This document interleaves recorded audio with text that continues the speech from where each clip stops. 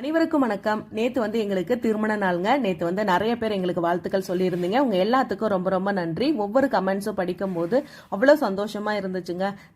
இது எல்லாத்துக்குமே கடவுளுக்கு தான் நன்றி சொல்றேன். இத்தனை உறவுகளையும் எனக்கு கடவுள் கொடுத்ததுக்கு ரொம்ப ரொம்ப நன்றி. அப்புறம் நேத்து என்ன சமையல்னு பாத்தீங்கன்னா, நேத்து எங்க அத்தை பொண்ணு, எங்க பெரியப்பா பையன் எல்லாம் வந்திருந்தாங்க. நேத்து அவங்களோட ட்ரீட் தான். நீ எந்த வேலையும் செய்யக்கூடாது அப்படின்ட்டாங்க. அவங்களே சமைச்சு எங்களுக்கு பரிமாறினாங்க. அவ்வளவு சந்தோஷமா இருந்துச்சு. எங்க பெரியப்பா பையன் தம்பி இருக்கான்ல, அவன் சிக்கன் கிரேவி, அப்புறம் எங்க அத்தை பொண்ணு மட்டன் குழம்பு, இந்த மாதிரிலாம் ஆளுக்கு ஒன்று செஞ்சு 2 பேர்த்தையும் ஒரே இலையில உட்கார வச்சு 2 பேரும் ஒரே இலையில தான் சாப்பிடணும் அப்படின்னு சொல்லி 2 பேரும் பரிமாறினாங்க. இது நாள் வரைக்கும் இப்படி கல்யாண நாள் கொண்டாடினதே கிடையாது.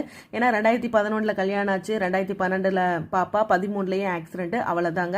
எப்பயுமே கல்யாண நாள் வந்துச்சுன்னா சிம்பிளா வீட்டுல விளக்கேத்திட்டு ஒரு வடை பாயசம் மட்டும் செஞ்சுட்டு அப்படிதான் கொண்டாடி இருக்கேன். இதுதாங்க முதல் முறையா கேக் வெட்டி இந்த மாதிரி எனக்கு ட்ரீட் கொடுத்து இப்படி சமைச்சது எல்லாமே இதான் முதல் முறையா. ரொம்ப சந்தோஷமா இருந்துச்சு எல்லாத்தோடையும் சேர்ந்து கொண்டாடினது. அதுதான் உங்ககிட்ட பகிர்ந்துகிட்டேன். இந்த வீடியோ பிடிச்சிருந்தா லைக் பண்ணுங்க.